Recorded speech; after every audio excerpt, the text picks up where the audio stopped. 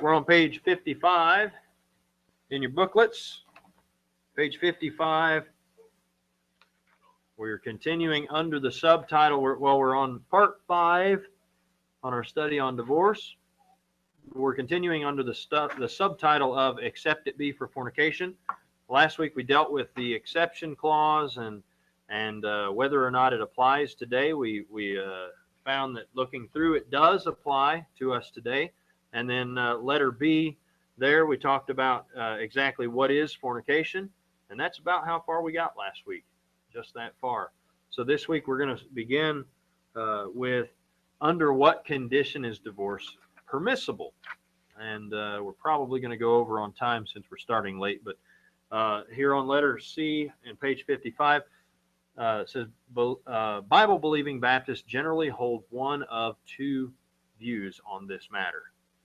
I'm going to just mention both views here. The first view that he mentions is no divorce after marriage. And then the second one is divorce is permissible on the limited grounds of immorality. Okay, so as we have, as we've already kind of discussed the immorality segment there, but we're gonna look at it a little bit more in depth. We're going to look first here as to this opinion of no divorce after marriage. Because the example of Joseph and Mary are given in Matthew chapter 1, verses 18 and 19, which says, Now the birth of Jesus Christ was on this wise, when as his mother Mary was espoused to Joseph, before they came together, she was found with child of the Holy Ghost.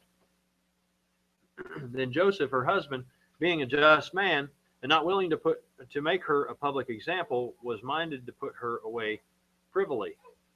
Then we see it says, so they used this passage as their basis for this opinion or for this position.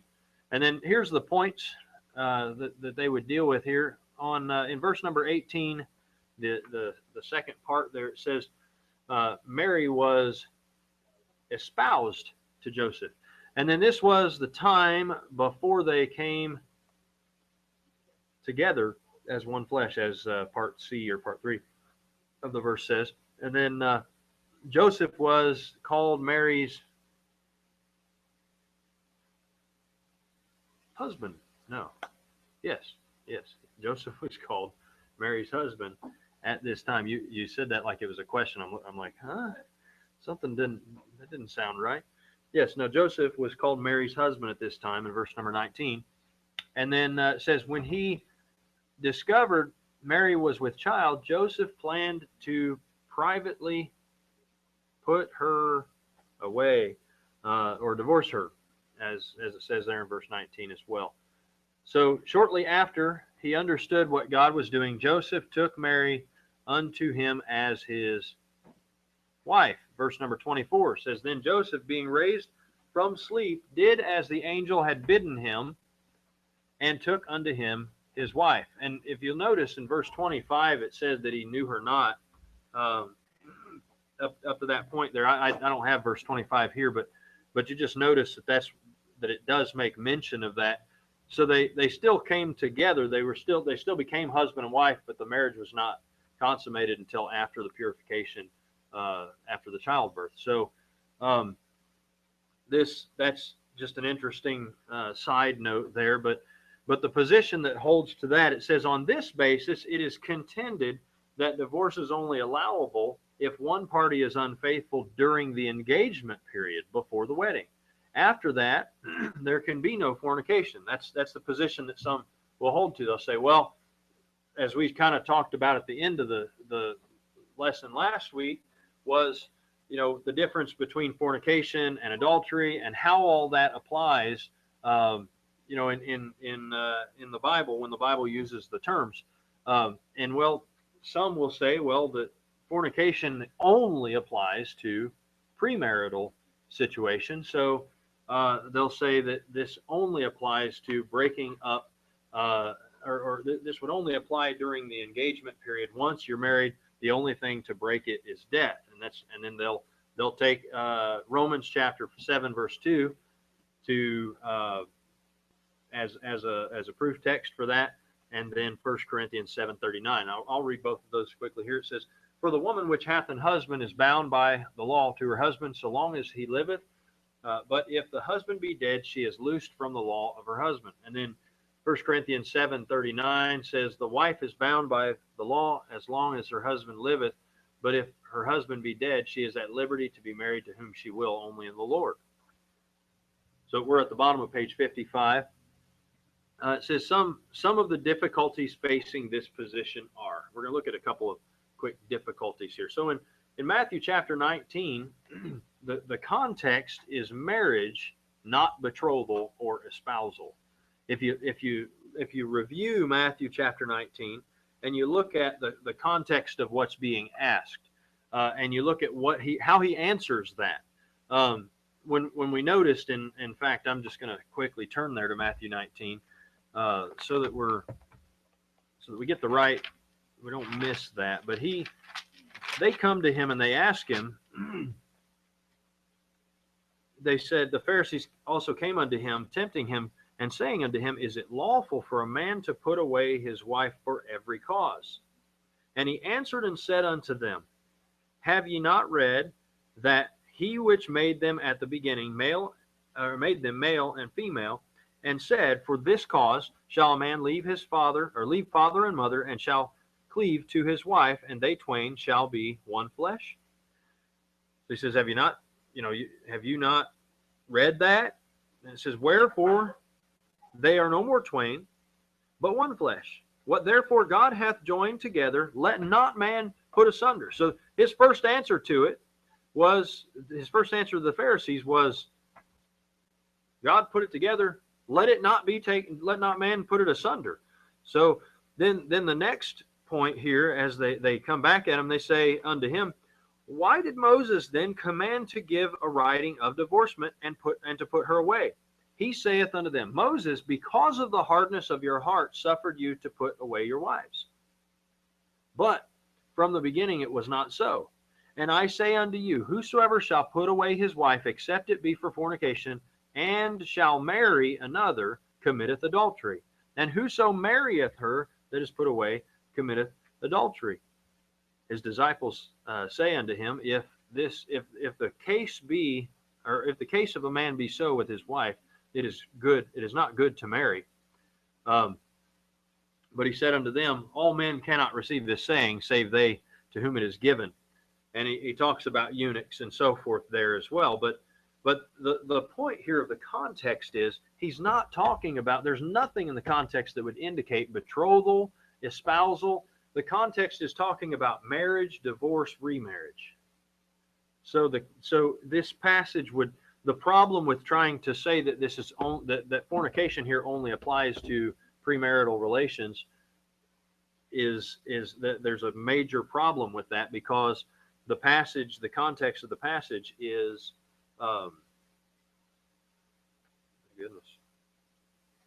the context of the passage is divorce, or marriage, divorce, remarriage, and so this is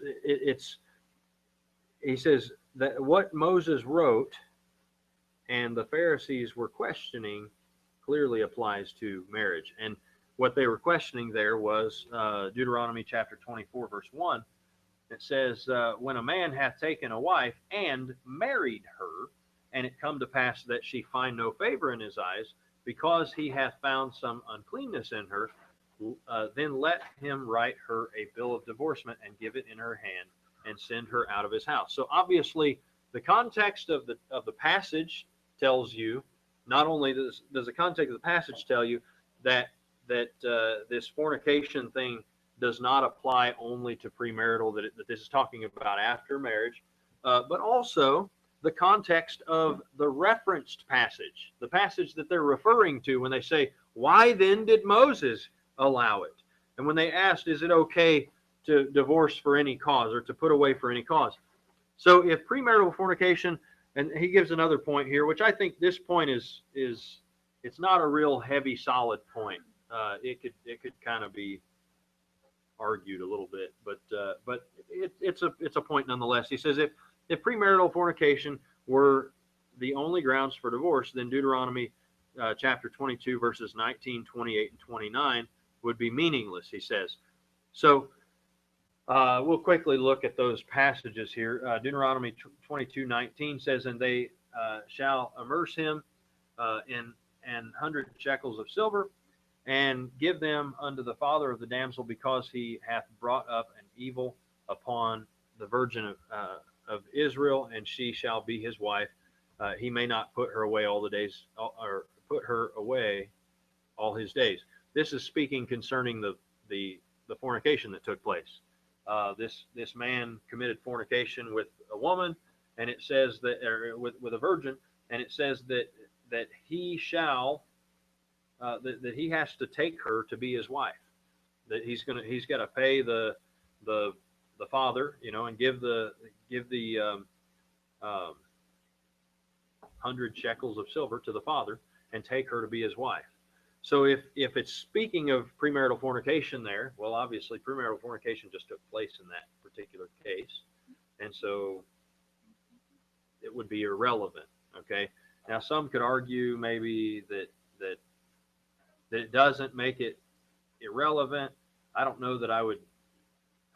I don't know that he's trying to say that it's absolutely meaningless. He's just saying that if there's why would that verse be there, and how would that apply to what he's saying here if we're only talking about premarital fornication? Well, chapter 22 verses 28 and 29 says, and if a man find a damsel that is a virgin which is not betrothed, and lay with her, or lay hold on her and lie with her, and they be found, then the man that lay with her shall give unto the damsel's father 50 shekels of silver, and she shall be his wife, because he hath humbled her, and or he may not put her away all his days. So again, this is what's supposed to happen there if there's a premarital fornication. And so he's saying that if premarital fornication were the only grounds for divorce, then these passages would be meaningless.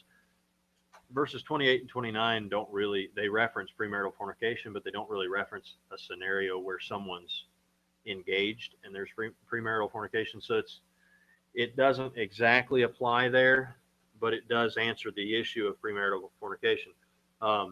Verse 19, I think, is more relevant. Probably verse 18 into that as well. I hope I'm not talking way above you guys on this. This is someone asked me about this, and so since it's being recorded and it's online and everything, I want to somewhat address, but I don't want to address it to the extent that we spend the whole night on it either. So does that make sense to you guys? Any questions or comments on that part? No? Okay. All right. Well, the next point, it says this standard is difficult to apply in our Western culture, since Bible-style betrothal and espousal are not commonly practiced.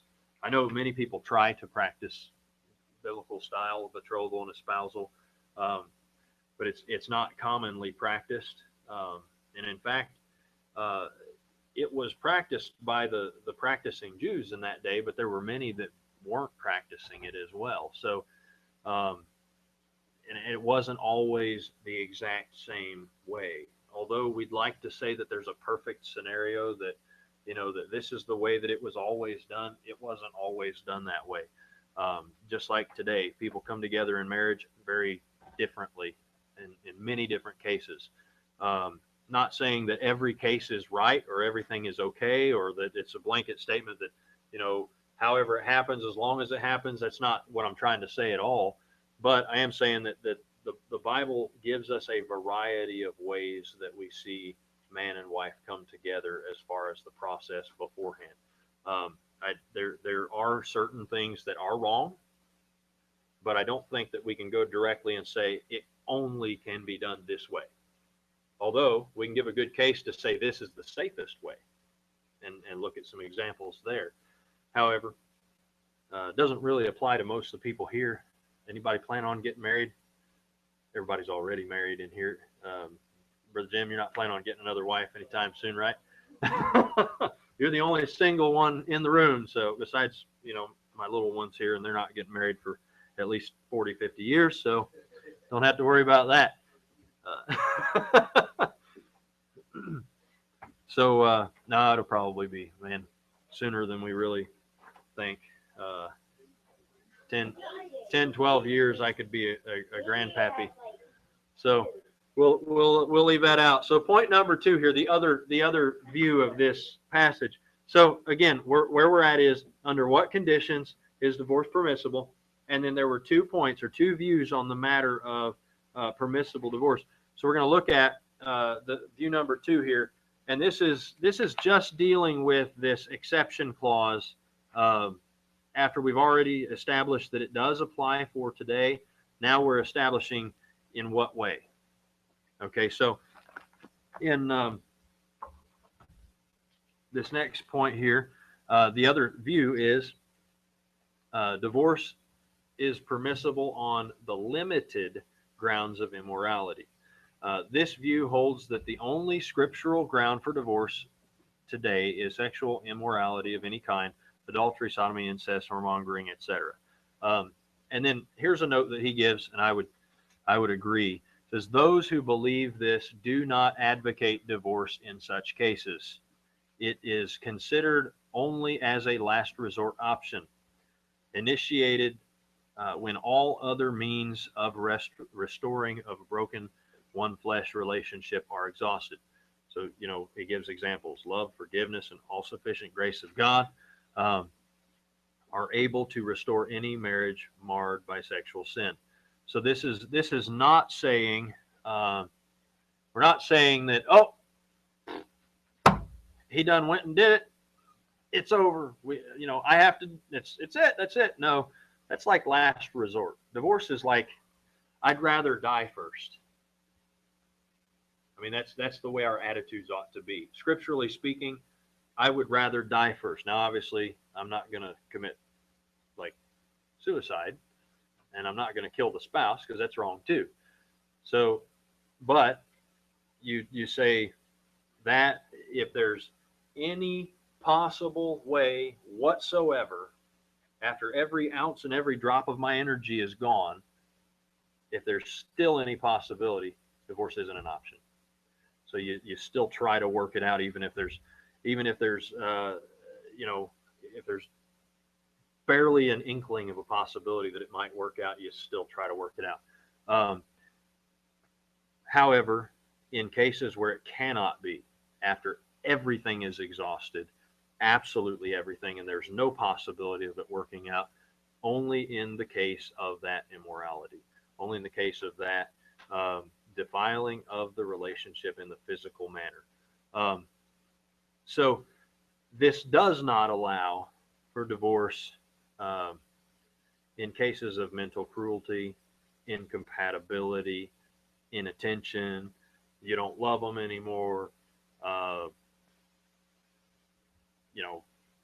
any of those reasons. You can like run off a million reasons. We're broke. It's not you, it's me. There's no good reason for divorce at all. Okay, now I believe, as we're going to look at, and we're probably not going to look at it tonight, but as we're going to look at on this exception thing, I do believe that there are 2 exceptions, and that's I'm just kind of throwing out my standard on, or my understanding of it. Okay, the one that we're dealing with now is the exception of the of the fornication, the adulterous relationship or fornicative relationship that has defiled the marriage. If every possible means of restoration has been exhausted, then that would be an exception to, you can't get divorced. Okay, where Jesus says that if you accept it be for fornication. And I believe that he also allowed for, if a unbelieving spouse leaves because of the faith and just goes, then you let them go. Now, you still try to restore, you don't try to divorce, all of that, but I believe that we're going to deal with that next week. So that we'll deal with in a little more detail. But dealing with this issue of the exception clause that Jesus mentions there in Matthew, this is many people have a concern. I skipped a little part here where it says separation is the option when the life of a spouse is threatened by an abusive partner, it's separation, not divorce. You know, if you know, if you come home and your spouse is threatening to murder you and you need to like flee for your life, you flee for your life. You don't divorce them though. You let them cool off, try to get the weapon from them, you know, while they're not paying attention or something. I don't know. No, it's you do. I mean, that does happen where a spouse is abusive, but abuse is not a biblical reason for divorce. That doesn't mean that that it's okay for you to abuse your spouse either. If you abuse your spouse, you're in sin. You're wrong. You don't do it. Quit. I hope none of you are. That does not give the okay to, well, he was a jerk and he beat me, so I was okay. And you know, a lot of women say that, and no, you don't want to be beat. And of course, it's not right for you to be beat, but divorce isn't the answer. Maybe he needs to be beat, but that would be wrong too. So you don't do a wrong to try to right a wrong. Try to get the guy some help. You know, sometimes temporary separation is necessary, but that doesn't mean that divorce is necessary in that case. So, but I'll just mention this last thing here. It says a real concern with this position is that many people think that it's the thin edge of a wedge effect. It is apparent that in recent years, divorce has become quite commonplace among professing Christians. In many cases, a very restrictive exception clause has been widened well beyond the allowance of Scripture. The Lord Jesus Christ was extremely narrow in his teaching on this subject, as evidenced by his disciples' remarks in chapter 19, verse 10, when it says, if the case of a man be so with his wife, it is not good to marry. And that was an extremely narrow position that Jesus held to, and I believe that that's the same narrow position that we need to hold to.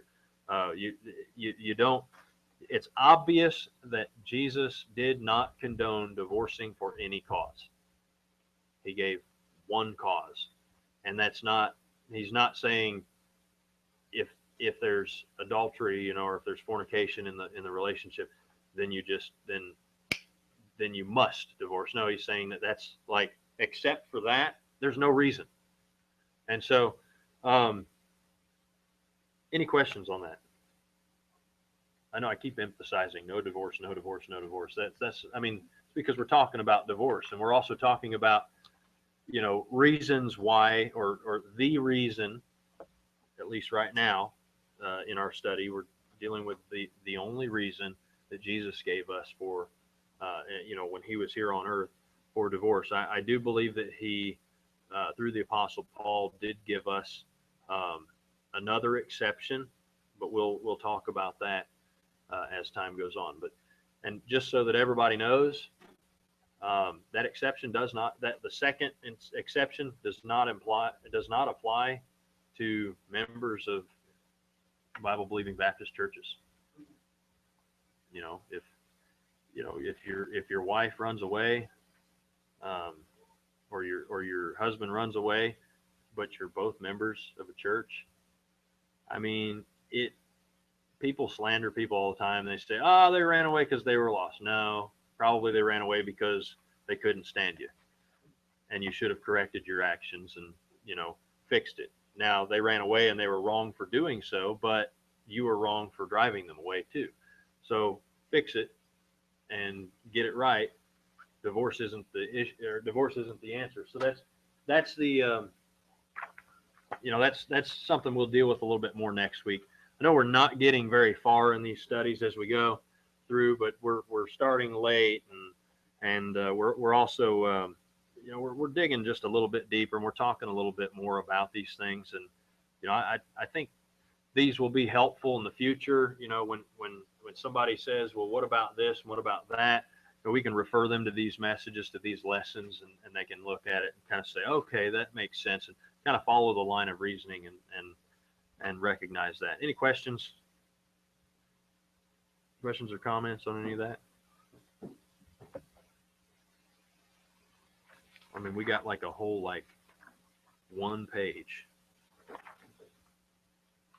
We'll be done with this section, letter D here, probably in about 6 months. I'm just kidding. It'll be less than that. No questions, comments? Anything there?